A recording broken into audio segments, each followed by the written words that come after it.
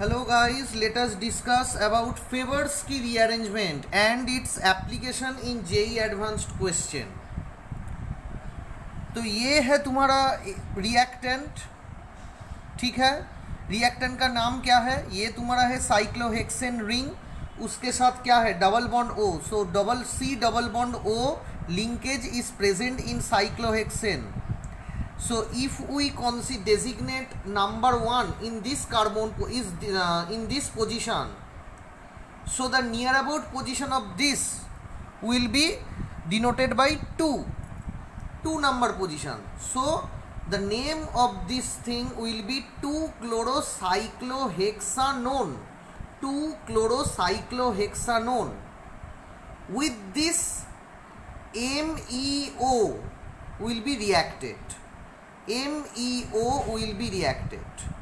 So now here C double bond O is a functional group, and the carbon which is readily attached with that will be alpha hydrogen, alpha carbon, and the hydrogen linked with that alpha hydrogen. So first MEO minus CH3O minus will extract this H plus as a proton, and as a result the bond electron density will be shifted towards this bond.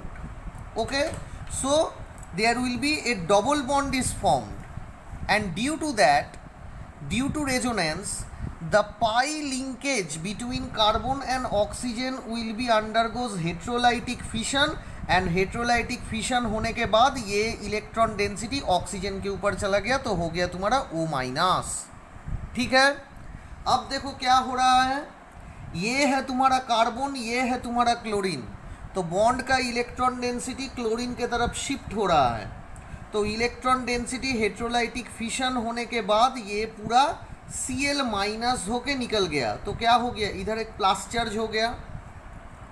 तो इधर जो plus charge form हुआ, क्या होगा उसका, तो oxygen के ऊपर जो नेगेटिव चार्ज है वो बैक करके कार्बन एंड ऑक्सीजन के जो सिग्मा बॉन्ड है उसके ऊपर चला आया, बैक करके चला आया। तो एज ए रिजल्ट इधर जो पाई लिंकेज है, सिग्मा बॉन्ड पाई बॉन्ड, जो पाई लिंकेज है, पाई लिंकेज का हेट्रोलाइटिक फिशन होके वो पाई इलेक्ट्रॉन डेंसिटी इस कार्बन को अटैक किया। तो एक चीज़ ध्यान में देख लो, ऑक्सीजन के ऊपर जो नेगेटिव चार्ज है वो अगर इस बॉन्ड के ऊपर चला आया तो इस बॉन्ड का कितना हाथ हो जाता है, एक और चला आया, 2 3 4 5, तो 5 हाथ तो नहीं हो सकता। इसीलिए ये जो पाई लिंकेज है उसका हेट्रोलाइटिक फिशन होके पहले इस कार्बन के ऊपर आता है, एंड वो जो न्यूक्लियोफिलिक चार्ज है, नेगेटिव चार्ज, वो आके इस पॉजिटिव को अटैक कर रहा है। मतलब देखो तुम्हारा एक रिंग फॉर्म हो गया। ऊपर देखो तीनों कार्बन का एक रिंग है, नीचे देखो पांचों कार्बन का एक रिंग है। अब देखो फिर से CH3O माइनस आ रहा है, आके इस कार्बन को अटैक किया, and due to this pi electron linkage heterolytic fission होके ऑक्सीजन के ऊपर चला गया। तो देखो ये हो गया CH3O माइनस इस कार्बन के साथ अटैच्ड हो गया, एंड ये हो गया तुम्हारा O माइनस। ओके, अब देखो ये O माइनस इधर आ रहा है, एंड हेट्रोलाइटिक फिशन जो कोई भी हो सकता है, इधर भी हो सकता है, इधर भी, ये बॉन्ड भी हो सकता है, ये बॉन्ड भी हो सकता है, क्योंकि इक्विवेलेंट बॉन्ड है। ये बॉन्ड का हेट्रोलाइटिक फिशन होके बॉन्ड का इलेक्ट्रॉन डेंसिटी इसके ऊपर चला आ रहा है, सो देखो O माइनस हो गया। तो क्या हो गया, देखो ये जो कार्बन है ये कार्बन, उसके साथ ये कार्बन जुड़ा हुआ है, उसके साथ है डबल बॉन्ड, उसके साथ है OMe, और ये जो बॉन्ड का इलेक्ट्रॉन डेंसिटी इसके ऊपर चला है, इसलिए माइनस। अब देखो CH3OH, तो देखो ये जो नेगेटिव चार्ज है, नेगेटिव चार्ज आके इस प्रोटॉन को एक्सेप्ट कर लिया, एंड बॉन्ड का जो इलेक्ट्रॉन डेंसिटी है ये उसके ऊपर चला गया CH3O माइनस। अब देखो ये जो पूरा मेकानिज्म है इसका एप्लीकेशन क्या है JEE एडवांस में।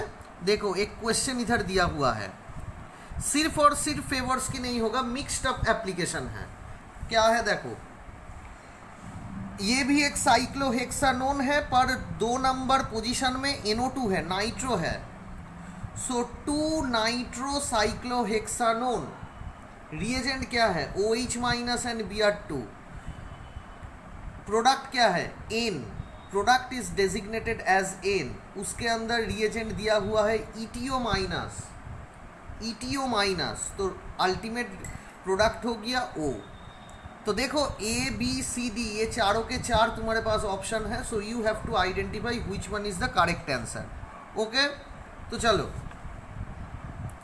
पहले देखो क्या है, इस कार्बन से जो जुड़ा हुआ हाइड्रोजन है ये तो तुम्हारा फंक्शनल ग्रुप है, फंक्शनल ग्रुप के साथ इधर भी कार्बन है, इधर भी कार्बन है, इस कार्बन के साथ भी तुम्हारा हाइड्रोजन जुड़ा हुआ है, इस कार्बन के साथ भी एक हाथ में NO2 ग्रुप है और दूसरे हाथ में हाइड्रोजन जुड़ा हुआ है, तो ये सभी अल्फा हाइड्रोजन है। पर मुझे आइडेंटिफाई करना पड़ेगा कौन सा अल्फा हाइड्रोजन ज़्यादा एसिडिक है।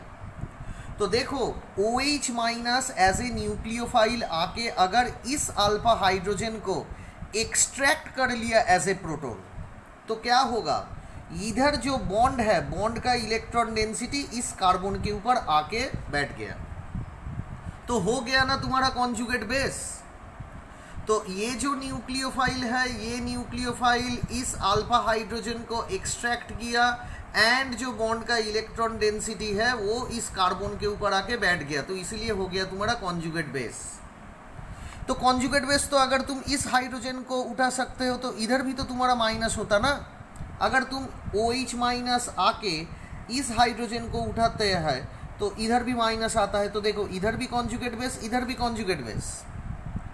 पर ये मैं क्यों ले रहा हूँ, ये हाइड्रोजन को मैं क्यों नहीं एक्सट्रैक्ट कर रहा हूँ, इसके पीछे रीज़न है, ये माइनस रेजोनेंस कर रहा है, ठीक है, ये भी माइनस रेजोनेंस कर रहा है, पर ये माइनस ज़्यादा रेजोनेंस कर रहा है, क्यों, क्योंकि इधर भी देखो ये नाइट्रो ग्रुप के अंदर, ये जो नाइट्रो ग्रुप है इसके अंदर तो माइनस R इफेक्ट है, तो due to minus R effect this negative charge will be more extracted towards this NO2 group. तो इसीलिए ये जो नेगेटिव चार्ज है इसका स्टेबिलिटी ज़्यादा है एज कॉम्पेयर टू ये, तो ये नहीं होगा, ये होगा, मतलब यहाँ से अल्फा हाइड्रोजन को अगर उठा लिया एज ए एसिडिक हाइड्रोजन, तो जो कॉन्जुगेट बेस फॉर्म होगा तो वो कॉन्जुगेट बेस का स्टेबिलिटी ड्यू टू रेजोनेंस कम है, थोड़ा कम है, किसके रेस्पेक्ट में, इसके रेस्पेक्ट में, क्योंकि इधर भी रेजोनेंस हो रहा है पर इधर ज़्यादा रेजोनेंस हो रहा है due to minus R effect of NO2 group. तो देखो वही रेजोनेंस मैंने इधर दिखाया है, ये माइनस इधर चला है और ये जो डबल बॉन्ड है ऑक्सीजन के ऊपर चला गया, तो देखो क्या हो गया, डबल बॉन्ड, N के ऊपर प्लस बॉन्ड, ऑक्सीजन माइनस है, ठीक है, तो ये मैंने लिख दिया स्टेबिलाइज्ड वाया रेजोनेंस।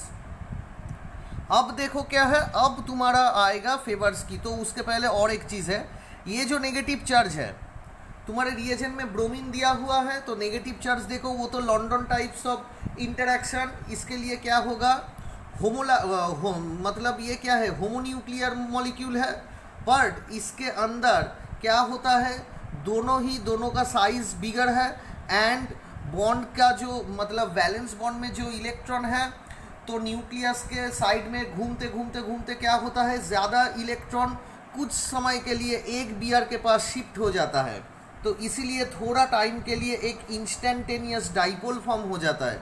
तो क्या होता है, देखो इधर जो नेगेटिव चार्ज है, कॉन्जुगेट बेस का जो नेगेटिव चार्ज है वो नेगेटिव चार्ज आके ब्रोमीन को अटैक किया और ये जो बॉन्ड का इलेक्ट्रॉन डेंसिटी है वो Br माइनस होके निकल गया, तो देखो इधर ब्रोमीन चला आया।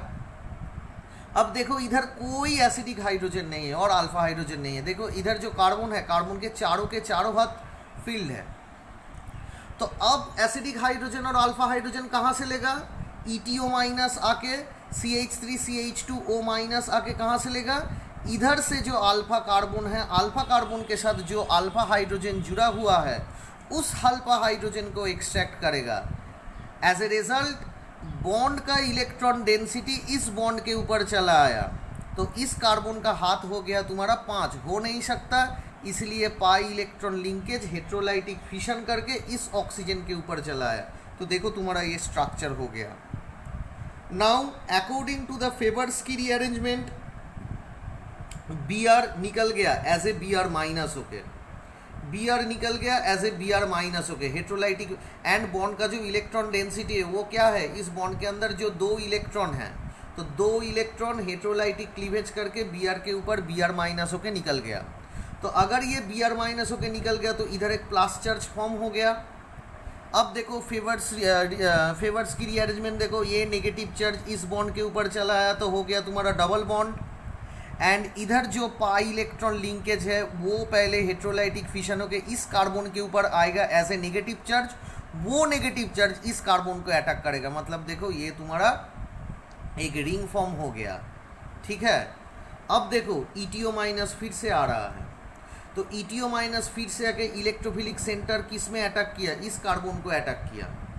तो ये जो न्यूक्लियोफाइल है, ये न्यूक्लियोफाइल आके अगर इस इलेक्ट्रोफिलिक सेंटर को अटैक किया तो क्या होगा, ये जो कार्बन का बॉन्ड का जो इलेक्ट्रॉन डेंसिटी है, ये वाला बॉन्ड भी हेट्रोलाइटिक फिशन करके इसके ऊपर जा सकता है, और ये बॉन्ड भी हेट्रोलाइटिक फिशन करके इस कार्बन के ऊपर जा सकता है, पर ये वाला नहीं गया है। कौन सा वाला गया है, ये जो बॉन्ड के अंदर जो इलेक्ट्रॉनिक चार्ज डिस्ट्रीब्यूशन है वो हेट्रोलाइटिक फिशन करके इस कार्बन के ऊपर गया है। क्यों गया है, क्योंकि इधर इस कार्बन के ऊपर जो नेगेटिव चार्ज है वो negative charge is stabilised bye minus are effect of this NO2 group.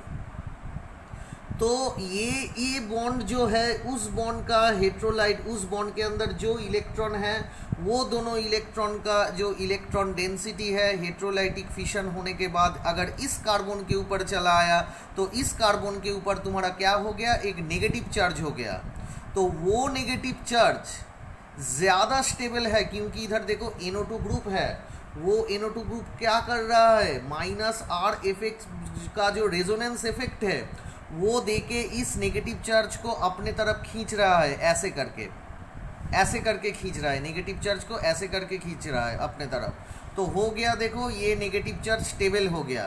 तो अगर वो नेगेटिव चार्ज इधर आ जाता, क्यों आ जाता, अगर ये बॉन्ड डिसोसिएट करता, तो ये बॉन्ड अगर हेट्रोलाइटिक डिसोसिएशन करके इधर आ जाता तो उस नेगेटिव चार्ज को स्टेबल करने के लिए कोई ऐसा इफेक्ट नहीं था, इसीलिए ये वाला पाथवे हुआ।